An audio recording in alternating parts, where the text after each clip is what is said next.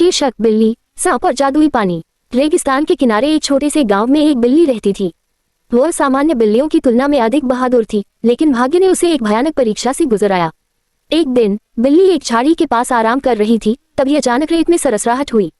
एक बड़ा और जहरीला सांप उसकी ओर बढ़ रहा था। सांप के चमकीले दांत और लाल आंखें देखकर बिल्ली को खतरा महसूस हुआ। उसने भागने की कोशिश की, लेकिन सांप बिजली की तरह झपटा और उस पर हमला कर दिया। ठीक उसी समय ऊंट पर सवार एक आदमी उधर से गुजर रहा था। वह एक खानाबदोश था जो रेगिस्तान के रहस्यों को जानता था। जैसे ही उसने बिल्ली की बेबसी देखी, उसने तुरंत अपनी छड़ी से सांप को पीछे धकेल दिया।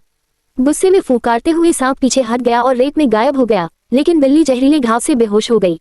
ऊंट वाला बिल्ली को अपने साथ शहर ले गया, जहां उसके पास एक प्राचीन जादुई पानी था जो जहर को बेअसर कर सकता था।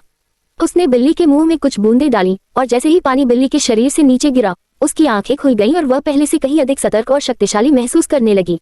बिल्ली को अब केवल एक ही चीज का इंतजार था, बदला।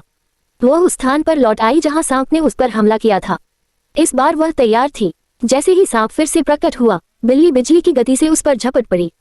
वह अब पहले जैसी कमजोर बिल्ली नहीं रही, बल्कि जादुई पानी ने उसे नई ताकत से भर दिया था। सांप और बिल्ली के बीच भयानक युद्ध हुआ। रेत उड़ने लगी, पंजे और दांत टकराने लगे, लेकिन आखिरकार बिल्ली ने अपनी चतुराई से सांप की गर्दन पर तेज प्रहार किया। सांप ने भयानक चीख निकाली और हमेशा के लिए जमीन पर गिर पड़ा। ऊंट वाला दूर से ये सब देख रहा था। उसने मुस्कुरा कर कहा, साहस हमेशा जादू से अधिक मजबूत होता है। और इस तरह बिल्ली न केवल जीवित रही बल्कि एक नायक बन गई, जिसकी कहानी पूरे गांव में प्रसिद्ध हो गई।